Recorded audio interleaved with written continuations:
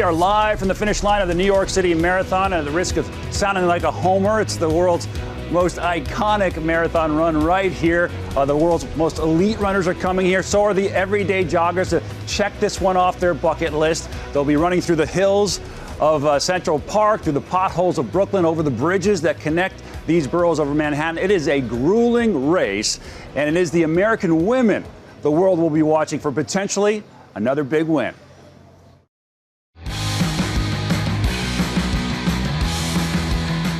This morning, thousands of professionals and amateur runners converging on New York City for the world's largest marathon.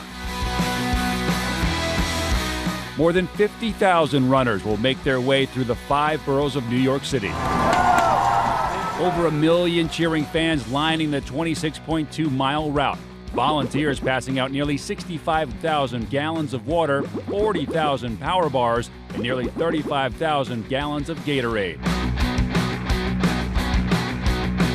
The top male and female finishers taking home $100,000 in prize money and bragging rights. It's the biggest parade in the world. You can stand at the finish of a marathon and feel inspired from the beginning all the way to the last person crossing the line.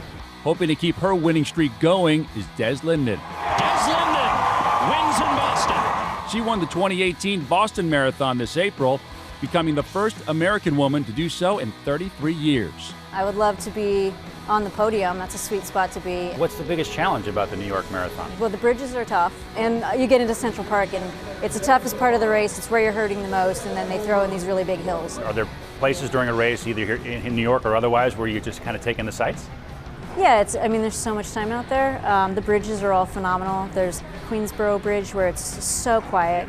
It's the only quiet time you're going to get all day, and then you come off and go First Ave, loudest cheers of the day. If you were to give an amateur runner like myself some tips into running a long distance, what are some of the basic tips, techniques? Biggest thing is a bigger picture. Just be really patient, because running is hard. And after a race, win or lose, how do you wind down? How do you celebrate? Yeah, I mean, you recover and you do the athlete thing and you do the massage and the ice bath and eat something, and then I go and eat something really bad, like a burger, jalapenos, cheese, all of the things that you shouldn't have before the race, a nice beer to rinse it down. And if you're on the podium, you got to do the champagne in the shoe is now tradition. In the shoe you wore?